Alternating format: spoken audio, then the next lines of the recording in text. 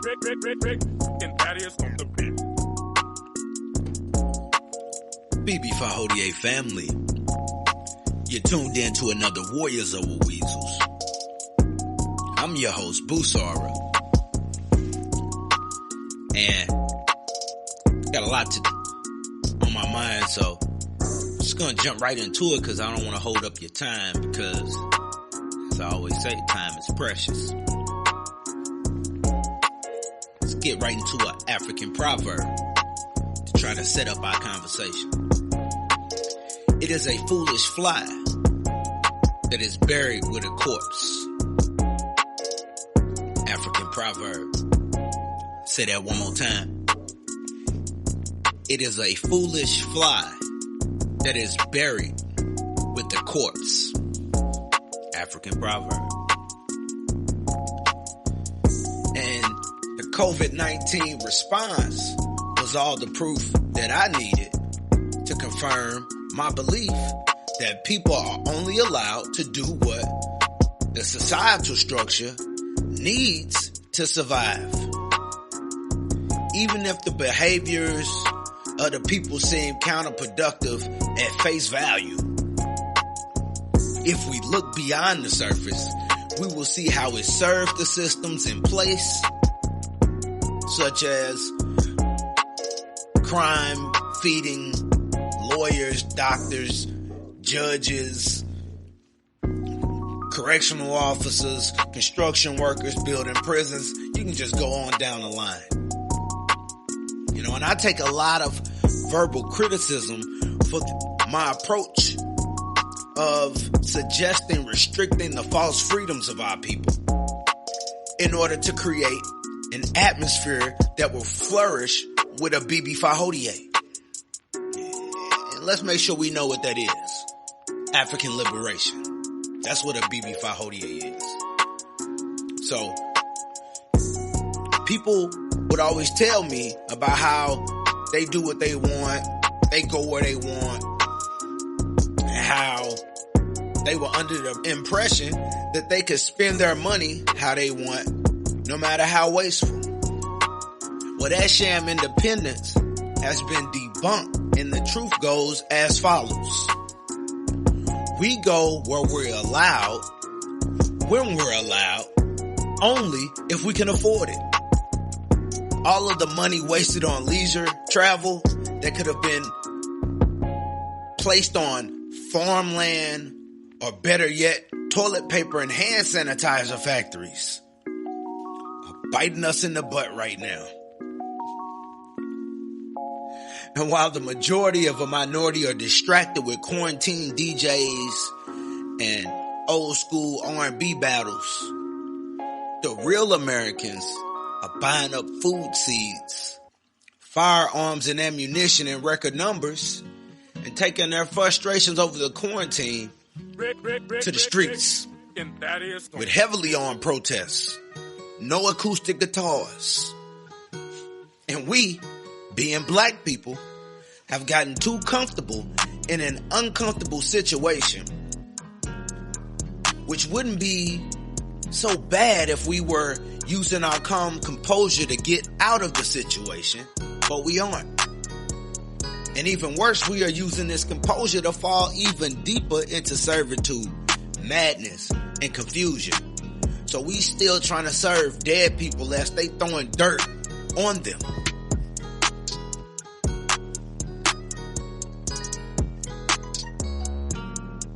And this is why strict rules, penalties, and enforcements of them must be practiced by the serious among us. Key word, serious among us. It should be legal to purchase liquor without a job. Or if you owe back child support or live in unsanitary conditions such as roach-infested homes with children present. At one point in history, a person could only drink liquor if they fermented it themselves. Now, as long as you can scrape up some change, you can buy liquor all day long with "do you have an ID?" being the only possible question asked. false freedom that allows someone to drink themselves into oblivion is not only far from normal, but it's only able to happen because someone else is hunting, fishing, farming, banking, innovating, and doing the other essential necessities for them. Most importantly also, they can profit from their subtle but consistent demise. Like I was saying, the doctors, the lawyers, the judges, the construction workers can profit from ignorance, degradation.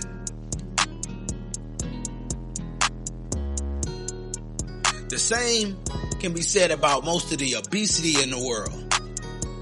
The majority of overeaters aren't fishing, hunting, or farming for themselves. And it might even be a fact that the majority of obese black people have never eaten a meal that they have farmed, hunted, or caught themselves. And that's why it should be illegal to eat yourself into avoidable diseases. Not only would food consumption rules allow for food to be distributed more evenly, but it will also minimize greenhouse emissions and free up time for doctors and scientists to address and create cures for the unavoidable health issues we face. And the rules for food consumption should be enforced on businesses as well as individuals.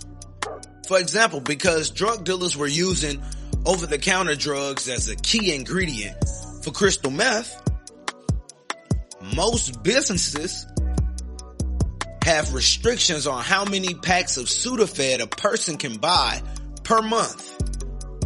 And they keep track of the individual Sudafed purchases by taking their personal information and logging every purchase into a database. Systems like that can be created for health preventive strategies. A person shouldn't be allowed to buy 25 pounds of pork, salty pork, per month, or overly consume any food that has been proven to be just as deadly as smoking cigarettes and snorting asbestos. Any rule proposed wouldn't be implemented to hold anyone back or to dictate others for the mere ego strokes. Everything will be done in the pursuit of righteousness. This society's current structures allow for far too many of us to waste away because it profits no matter what our outcome will be. We must have our own outlook and goals for the future.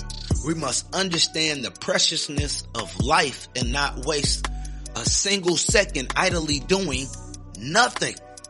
And rules are the best way to ensure time is not wasted or spent selfishly. We must keep in mind that our characters have been molded by persons who don't have our best interests at heart.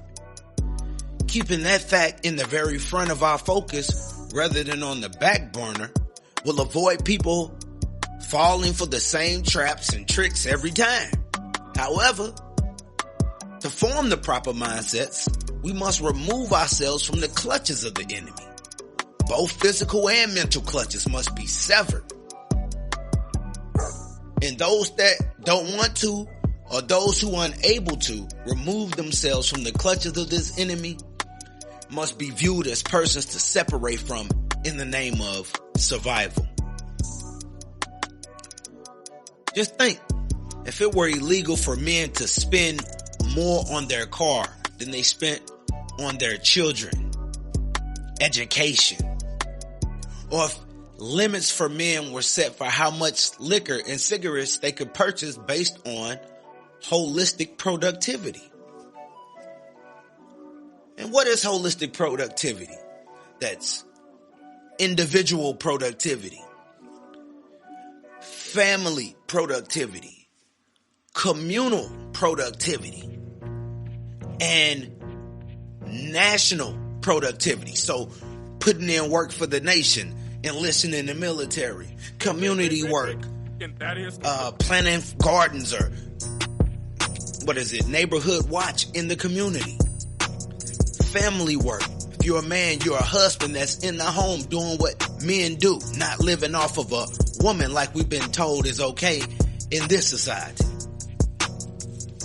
Individual work, doing what is necessary so you can meet all of the other goals. So again, that's holistic productivity. We must seek a society that encourages productivity. And we must also realize those unproductive persons are only alive in today's society because of productive people. Every meal in their belly, every road that they have used were made by productive farmers, builders, skillful men and women, not lazy ones.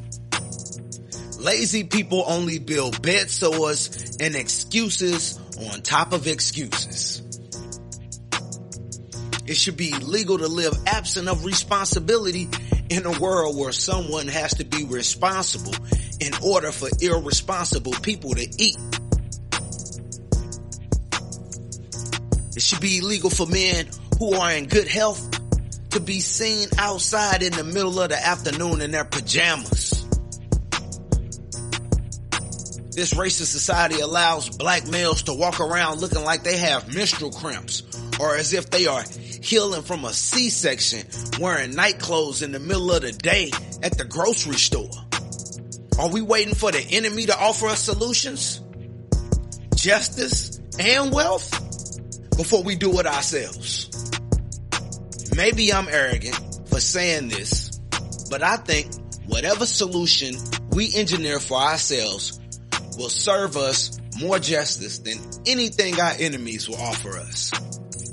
This is why the works of Nana Amos Wilson are so important and must not go ignored because we want to pursue powerless titles that are handed out from Eurasians. And he spoke often about learning for the benefits of ourselves, solving our own problems, and taking our destiny into our own hands. So we aren't living out the proverb as the flies who depend so much on dead people that we die because they died. We must prepare ourselves to be productive and do whatever is necessary to get out of consuming more than we produce. We must be the final say on the direction of our people. Not white-controlled media, white-controlled government, white-controlled schools, or white-controlled courts. Just sane Africans who have our best interests at heart collectively and most importantly, generationally. Rules for revolution. Just think about the rules that could save us and that must be enforced regardless of what our enemies' rules and laws are. Regardless of what the Supreme Court says, we know that they will turn a blind eye and let evil prevail until you get your money up to get a lawyer to bring it in front of them. That's not a true court. So we must look beyond them for solutions. And the serious among us must take the responsibility to take it into our own hands. Before we get out of here, I want to give us some information on gardening, because I've been doing my urban farming for about 10 years and I think I'm pretty good at it. So I'm going to give advice, and this could be, it's mainly for newbies, a novice, but who knows what you may get from this channel. Start with plants that don't bloom. That's my advice.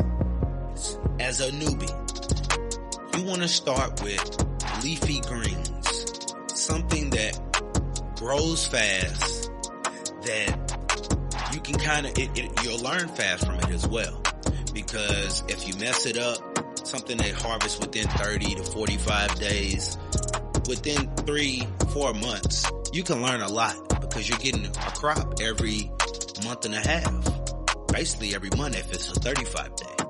So you'll learn how to tweak things. So lettuce, kale, leafy greens, even microgreens. That's an even quicker one. You can get quick harvest on leafy, non-blooming greens or plants that you can consume before they bloom, because kale does bloom or bolts, so to speak. All of them do certain things, but we eat it prior to. So that's my advice. Until the next time, family, I'm your host, Busara, a BB Fahodie family. Warriors over Weasels.